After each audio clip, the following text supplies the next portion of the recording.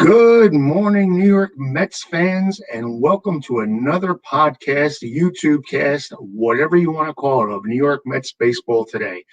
How we all doing, folks? Enjoyed a day off yesterday? Are you ready for that twin bill against the Marlins? A little shock here in Jersey, all of a sudden it's pouring, so hopefully that's not going to affect the games at all tonight. But here we go. It's that time of year.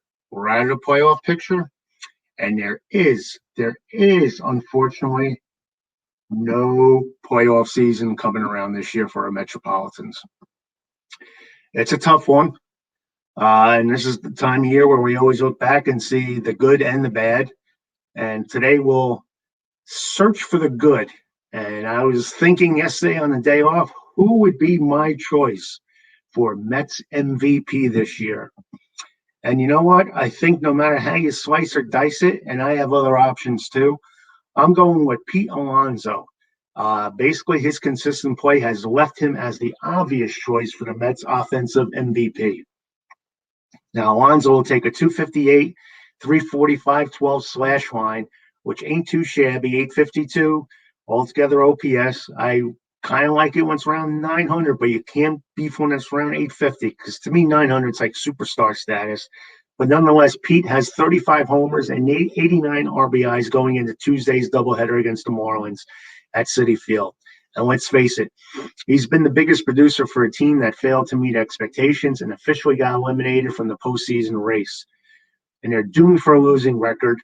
And that all happened last weekend. It all fell apart. Or actually, we sealed the fate of the season last weekend. Still in play is the possibility of a 40-homer season for Alonso. And to be honest with you, I never thought that was going to happen. But even if he doesn't hit another, his home run total this year, if everything remains status quo, is tied for 11th in the MLB as of Thursday. So that's not too bad. And I guess we'll just see what happens. But Pete should be proud. He strived a lot personally and professionally. And to be honest with you, if the Mets ever do decide to have a team captain, I think it would be Pete Alonso. He wears his heart on his sleeve. And he's learned a lot. He's maturing. Let's face it. I think the Mets are going to sign him to a long-term contract when the time comes. And he could be the leader of this ball club going forward. I think he is right now. They had a good run in the beginning of the year, and Pete wasn't really slamming the ball. But when things got adverse, he was one of the few rising to the occasion. And his closest brush with a prolonged slump occurred in May when he tried to play through a right wrist sprain. I always say when hitters have a bad stretch, there's usually something injury-related involved. I think that's probably what we're going to find out with Jeff McNeil this year, that he was hurt at some time, but players sometimes are just too proud to admit it. Before I digress and start talking about McNeil a little more, Alonso finished the month with a 764 OPS.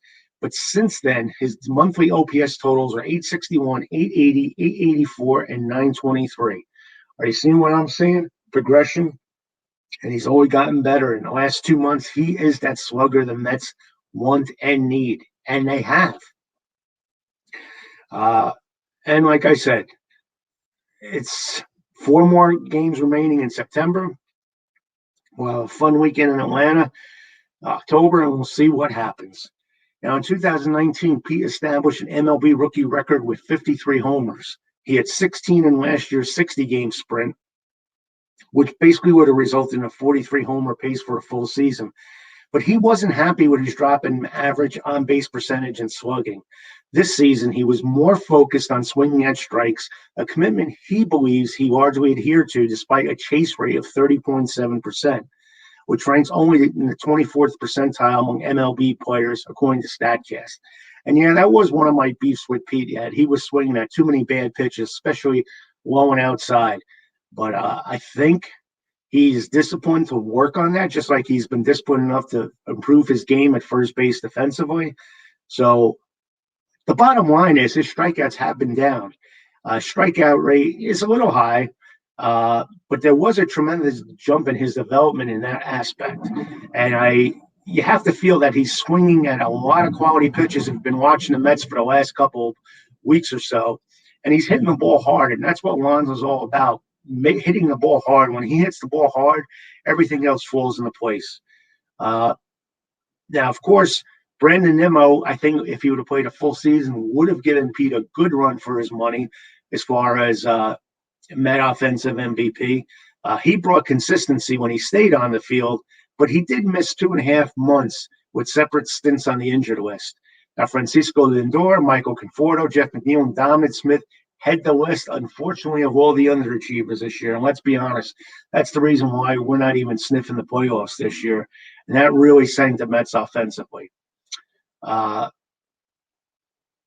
Pete, a lot of pressure on him after his rookie year of 53 homers, but he's risen to the occasion. No one can hit 53 homers every year, especially when the pitchers get used to you after a while. But believe it or not, I think he's going to get better as a hitter as time goes on.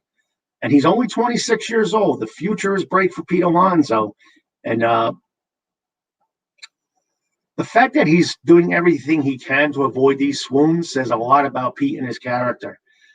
He does take pride in being consistent, and you can see it all the time. He's really happy to be a Met, and he's happy to be the leader. And that's one of the things I'm going to miss when we come to the end of this season. The fact that Pete won't be around anymore. Won't be able to watch him now till next spring, and that kind of sucks. But it is what it is. But the good thing is we'll be watching him hopefully for many more years to come. Now, the one thing the Mets do have to address, and I fit them in the category of a lot of teams who spent the big bucks and just didn't make it happen this year, like the Padres are a perfect example.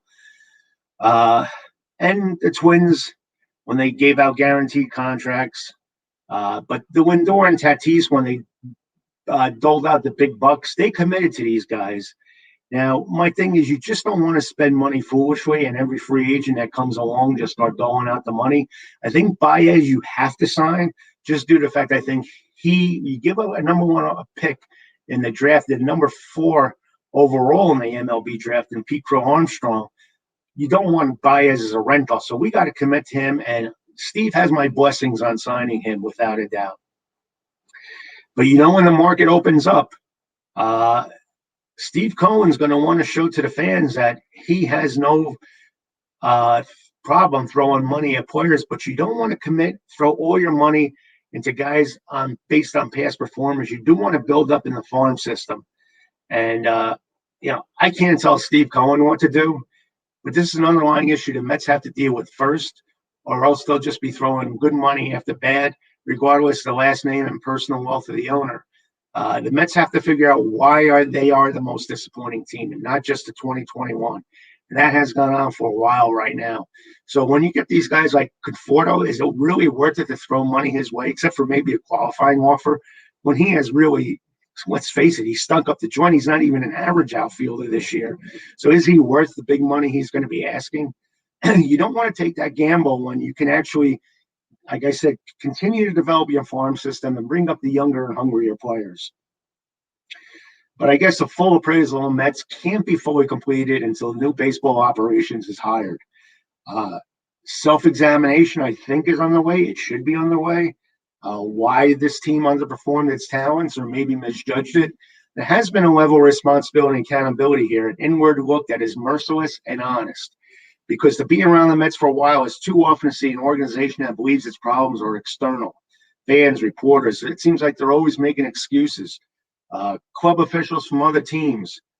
And the bottom line is, like Bill Parcells, who was one of the more blunt coaches / managers in any sport when he's coaching football, he always said, you are what your record says you are. And I'm a firm believer in that. Everyone say the Mets had a great year. They're optimistic fans. You can't be negative. But the bottom line is your record says what you were. And the run differential even says we're even worse than we were. So let's not paint a rosy picture. This was a bad season for the Mets. And they forged a culture in which they persistently believe they are better than the record. And you can't keep drinking the Kool-Aid. You are what you are, like Bill Parcells says. And so when the fans boo and Baez and Lindor react the way they do, it's because they believe they're better than they are. Well, you know what? You prove that on the field. And the reason why they are booing is the fact that you're not performing. I hate to say it, but I don't boo, but Fans have a right to boo if they can see with their own eyes that the Mets aren't performing. Now, the Mets last made the playoffs in 2016. For an old guy like me, it seems like yesterday, but that's a long time ago. And only 6 teams have gone longer than the Mets have in making the playoffs. And unlike many of those 6 teams, the Mets have not been in rebuild mode at any point since. So it's not like they tore down the team. They've been trying to win. It just isn't working. And they've been trying to get back to October. And yet just once in these past 5 years have they ever finished over 500. In the last 3 years in particular, they have pushed chips in and had assets. I mean, look at the year DeGrom had in 2019. He was the best pitcher in the world. We had Pete Alonso, an historic rookie season. Jeff McNeil proved 2018 was no fluke by becoming all-star. And 4 starters defied expectations to make at least 30 starts each. In 2020, Jake was still the best pitcher in the world. McNeil, Robinson, Cano, Conforto, and Smith gave the Mets arguably the best group of lefty hitters in the sport last year. Even though it was a short year, they were smacking the ball. Edwin Diaz rebounded from a poor New York debut season. And pertinently, 8 of 15 NL teams made the expanded playoffs. But guess what? The Mets didn't. So there's something missing in building a big team overall picture. And even this year, we had highlights. Stroman pitched like an ace and Hoop like a dominant reliever. Baez, after his acquisition, and most important, the division horrible, with no team winning 90 games and likely NL East champ losing its best player, Ronald Acuna Jr., in early July, and the Mets still couldn't do anything. It feels impossible that the Mets would miss the playoffs in every one of those seasons and finish with a losing record in 2 of them. One of the losing records is occurring this year after the Mets spent 103 days in first place, making the most days, and this is nothing to be proud about, folks, making the most days in MLB history a team has been in first and finished with a losing season. Now, before you start talking about injury and underperformance, understand that every team copes with injury and underperformance. So we can't keep making that as an excuse. We may have a few more injuries at times than other teams, but every team goes through this. You look at any team that goes through it. I mean, the Dodgers lost Bauer. They went right down the line with guys being hurt. Kershaw. There's no excuse. It's why the annual chorus of players and team officials crying about overcoming adversity is so misplaced. Every team has adversity. It's not unique to one. And Met fans and Met management have to face that fact. It is not unique to the Mets, nor is booing by the home fans. Fans will boo if the product is bad. They're paying, especially New York fans, they're paying big money. And I don't understand. Oh, we need to support the team. We need to support. You don't need to support the team. You're paying for that team out there. That's your money, and that's what they're putting out there. You deserve a better product.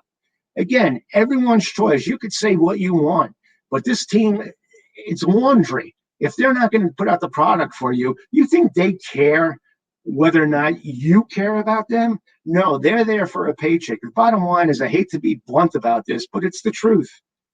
And as far as critical media coverage, when teams fall behind expectations, now the Mets almost every year have a over 90 win mark expectation. And, they screw up, failing to sign a first round pick like Rocker.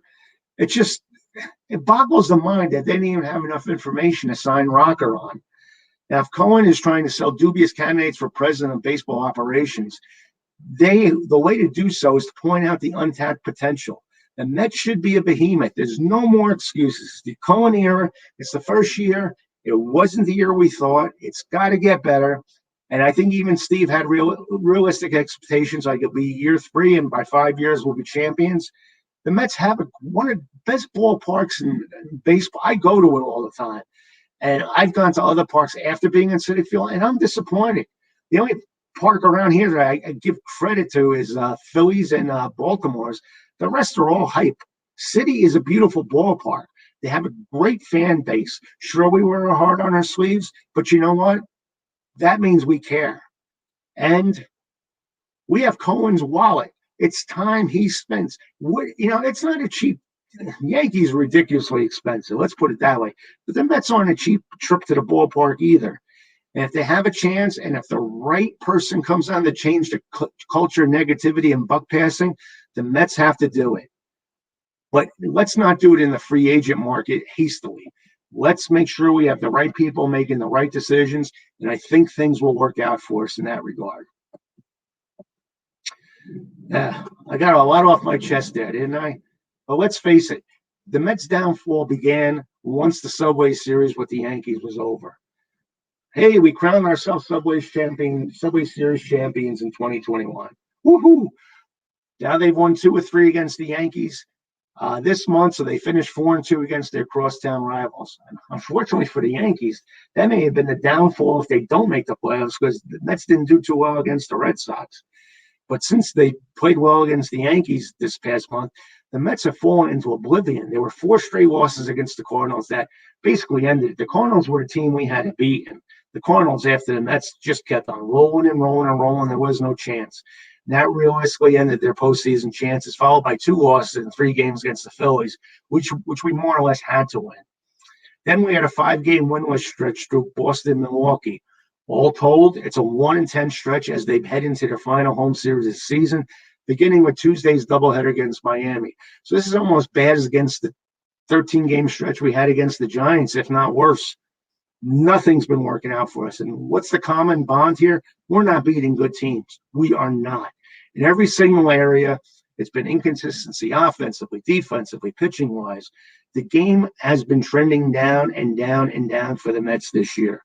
They face good teams, but committing 3 errors has been typical of a typical Met game these days. Just mental lapses defensively. And when you give the team more outs than they should get by making errors in the field, it's a tough road to hoe. People underestimate defense. The Mets were doing well defensively in the beginning of the year. Now, it doesn't help that the Mets are finished 73-82, are finished playing for another tangible. They won't even play for 500 anymore. They're eliminated from the postseason race on Saturday, and we're guaranteed a 4th losing season in 5 years.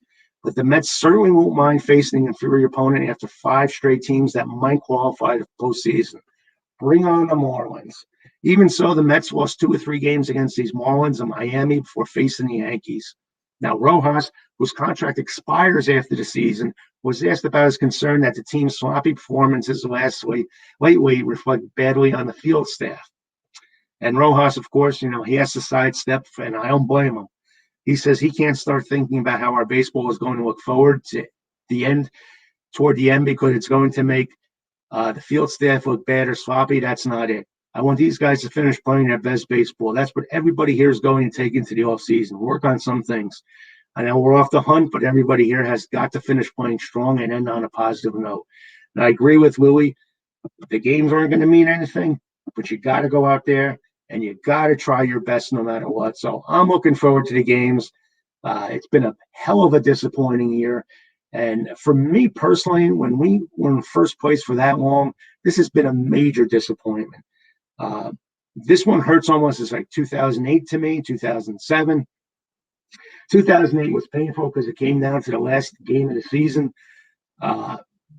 This one was even more painful because we just totally collapsed. And I know there's a lot of people out there. I see other Facebook groups. Oh, you got to stay positive. Yes. No, you don't. This team sucked. The bottom line, I'm the most optimistic Met fan this is.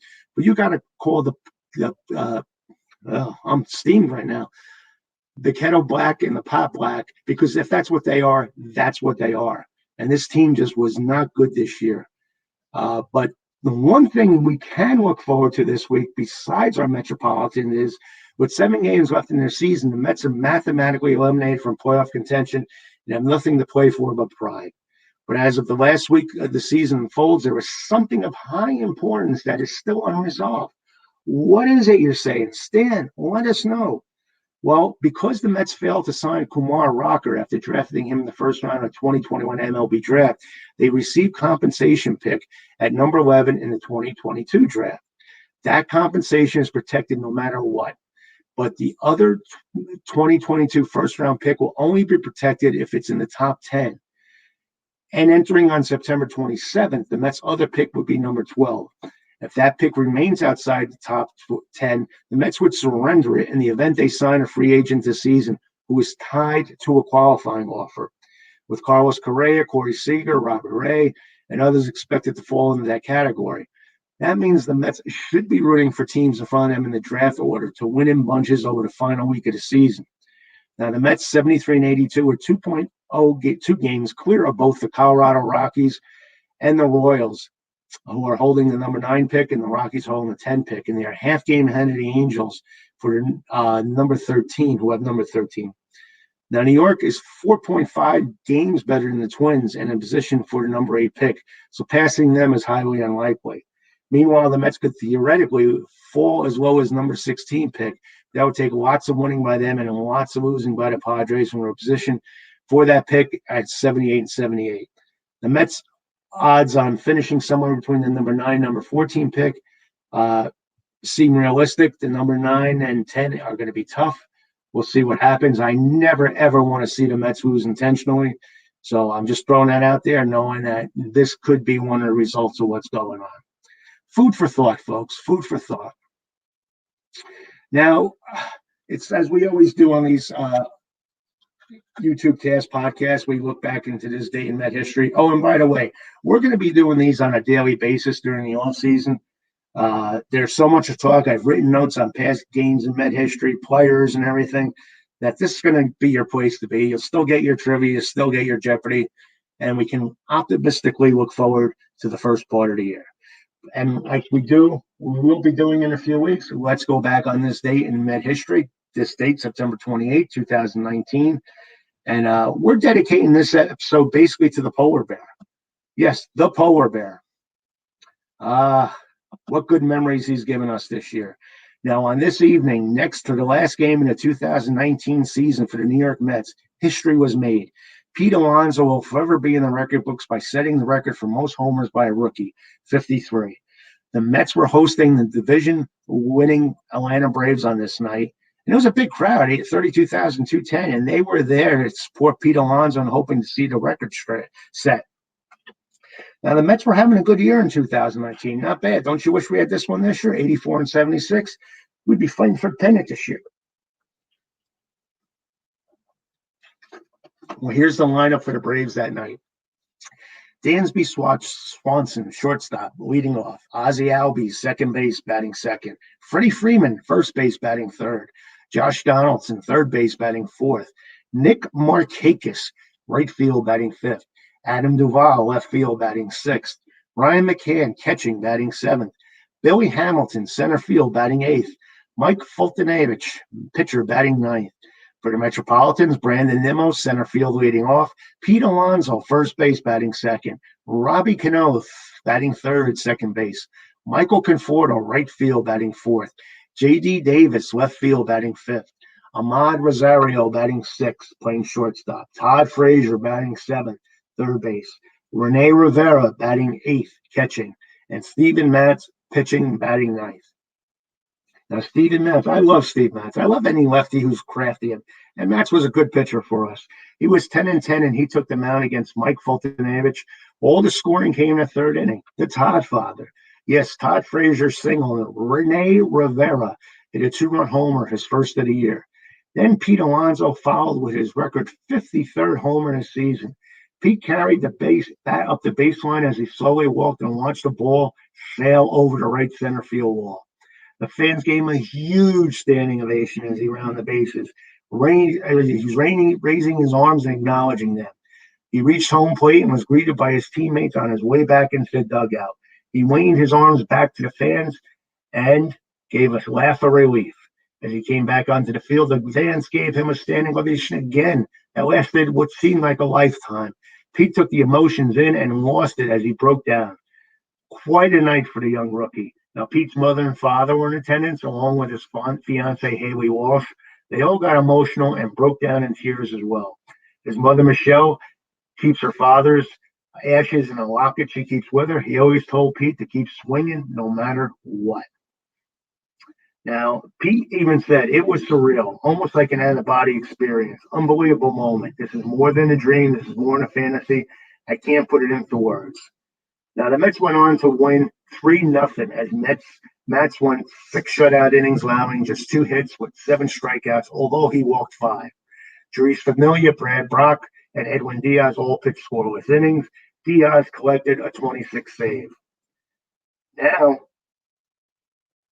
if the Mets could win the next couple games, they would finish 10 games over 500. Did they? Stay tuned. We'll tell you what happened in a few days. But yeah, that was a great. I was at that game, and a Facebook user said you should have been the event last night at Coney Island. And by the way, that was a great thing that Pete did. So I'm not sure who the user is. You can always feel free. Unfortunately, when you put a comment in on Facebook, it just has Facebook users. So feel free to always use your name when you're posting. So I apologize. I don't know who it was, but that was quite a night that Pete put on. And you could tell he gives back to lots of the community. He does a lot of things on off days all over the metropolitan area. And you just got to love Pete Alonso for that. Now, what else happened on this day in Met history? I'm glad you're asking. Oh, am I glad you're asking. On this date in 1962, in front of only 595 fans at Wrigley Field, the Cubs 58-101 beat the Mets 39-118 in the first meeting Major League history between two 100-loss teams before the series begins. The New York expansion team will split the remaining two games in Chicago to finish the season 40-1-20, establishing the record for most losses in baseball's modern era. Not something to be proud about, but we report all the history here in our New York Mets Way of Life broadcast. Now, on this date on 1969, better news indeed.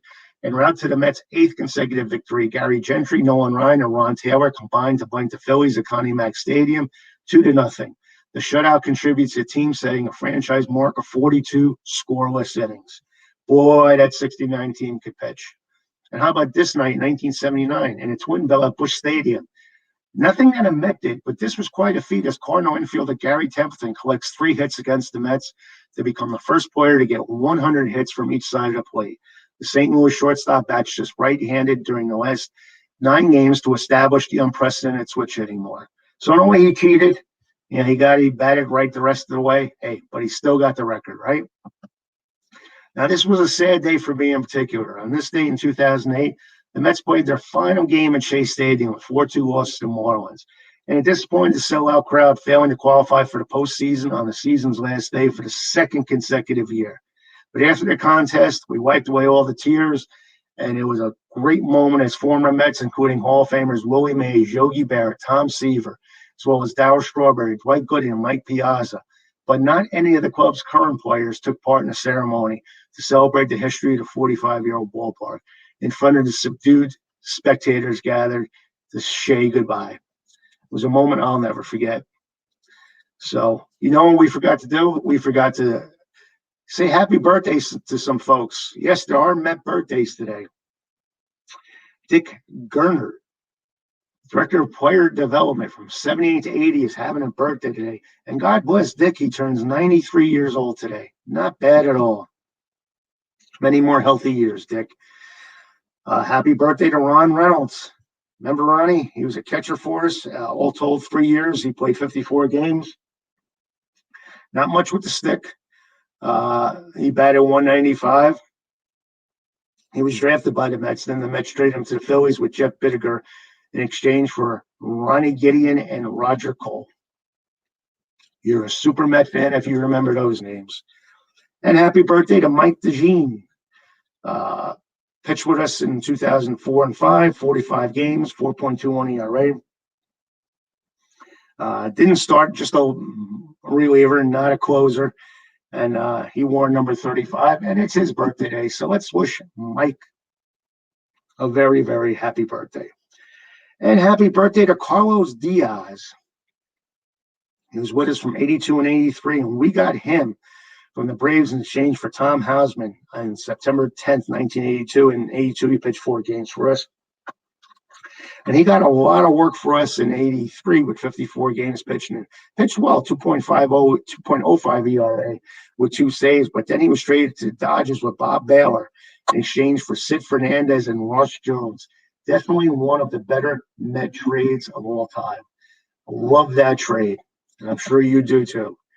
So those are some of the birthdays that we celebrated.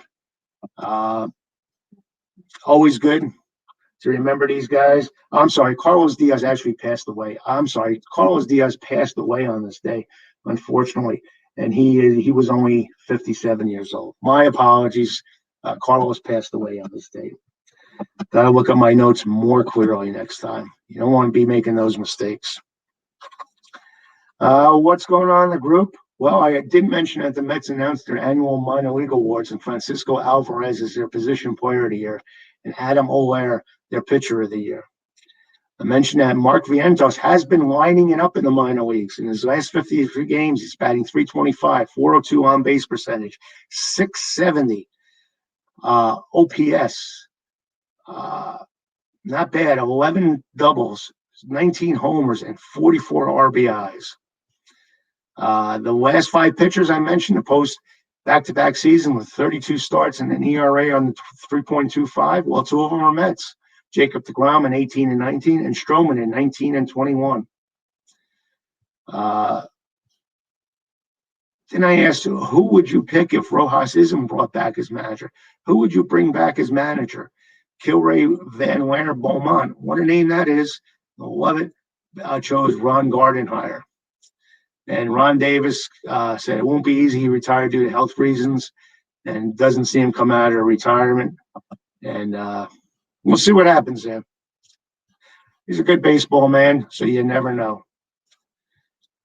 But that's, like I said, we always have good stuff in the group. And if you're not a member, please do join. If you ever need to reach me, I'm at philstan41@gmail.com. If you're not a subscriber to this podcast, please do subscribe. You'll be notified by wherever you listen to your podcast when a new one is up, and you have archived all our shows there. If you're a YouTube watcher and watch this on YouTube, please subscribe and like. And same thing, you'll be updated every time one is posted. And if you're not a group member to New York Mets Baseball Way of Life and you are a Facebook member, please do subscribe. Look for us on Facebook, New York Mets Baseball Way of Life. You'll be glad you did. Now, what do? We go back and we do our Met trivia and Met Jeopardy of the day like we always do. Just another day in the office, folks. Just another day in the office. And who is ready for that? Okay. I see a raise of hands, and that's always a good thing. Here is the Met trivia question of the day.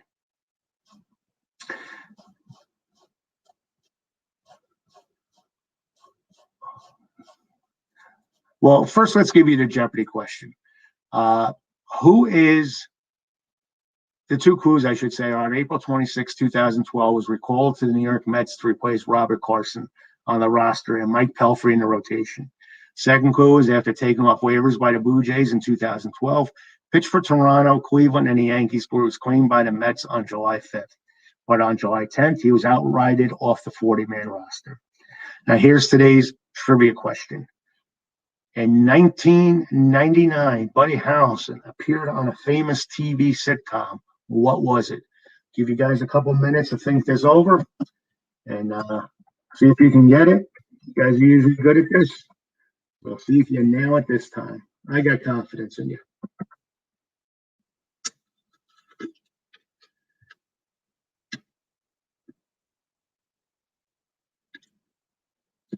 You guys ready?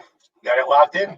Okay, here's the trivia question again. In 1999, Bud Harrelson appeared on a sitcom, a nationally known sitcom. What was the sitcom? Well, the sitcom was Everybody Loves Raymond. Not just most people, everybody loves Raymond. And here's the Jeopardy clues on it. April 26, 2012, was recalled to the New York Mets to replace Robert Carson on the roster and Mike Pelfrey in the rotation. Second clue is after taking off waivers by the Blue Jays in 2012, he pitched for Toronto, Cleveland, and the Yankees before he was claimed by the New York Mets on July 5th. But on July 10th, he was outrighted off the 40-man roster. The correct answer is, who is Chris Schwinden? And guess who got it right? Yes, resident Jeopardy whiz Jason Lynch was the first to buzz in with the correct answer. He is amazing, isn't he? Congrats, Jason, on that one.